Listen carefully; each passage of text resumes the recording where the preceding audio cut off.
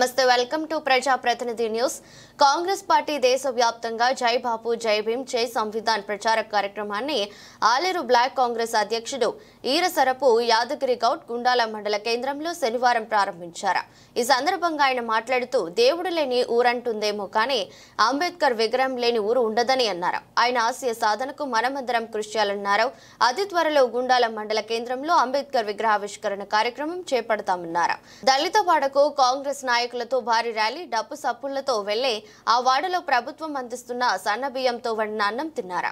కార్యక్రమంలో మండల పార్టీ అధ్యక్షుడు ఏలూరి రామరెడ్డి, పిఎస్సిఎస్ చైర్మన్ లింగాల భిక్షం, గ్రామ శాఖ అధ్యక్షుడు అన్నపర్తి యాదగిరి, మాజీ ఆల్డా డైరెక్టర్ ఇమ్మడి దశరథ గుప్తా, సర్పో పోడెశెట్టి వెంకన్న, దేవనబోయిన ఐలయ్య, చిందం ప్రకాష్, దారా సైదులు తదితరులు పాల్గొన్నారు।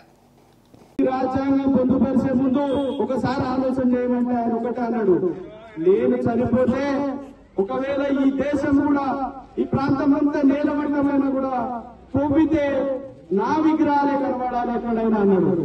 నిజంగా కూడా మన ఊరూరికి దేవుడు లేని ఊరు ఉండదు, అంబేద్కర్ విగ్రహం లేని ఊరు ఉండదు కొద్ది రోజులలో। ఎందుకంటే ఆయన రాసే సిద్ధాంతంలో మనం ఇవాళ బతుకుతా ఉన్నాం కనుక నేను ఒక్కరిని చనిపోతే కోట్ల మంది అంబేద్కర్లు అవుతారన్నారు। మనం అదే విధంగా మనం కూడా ఆయన ఆశయ సాధన కోసం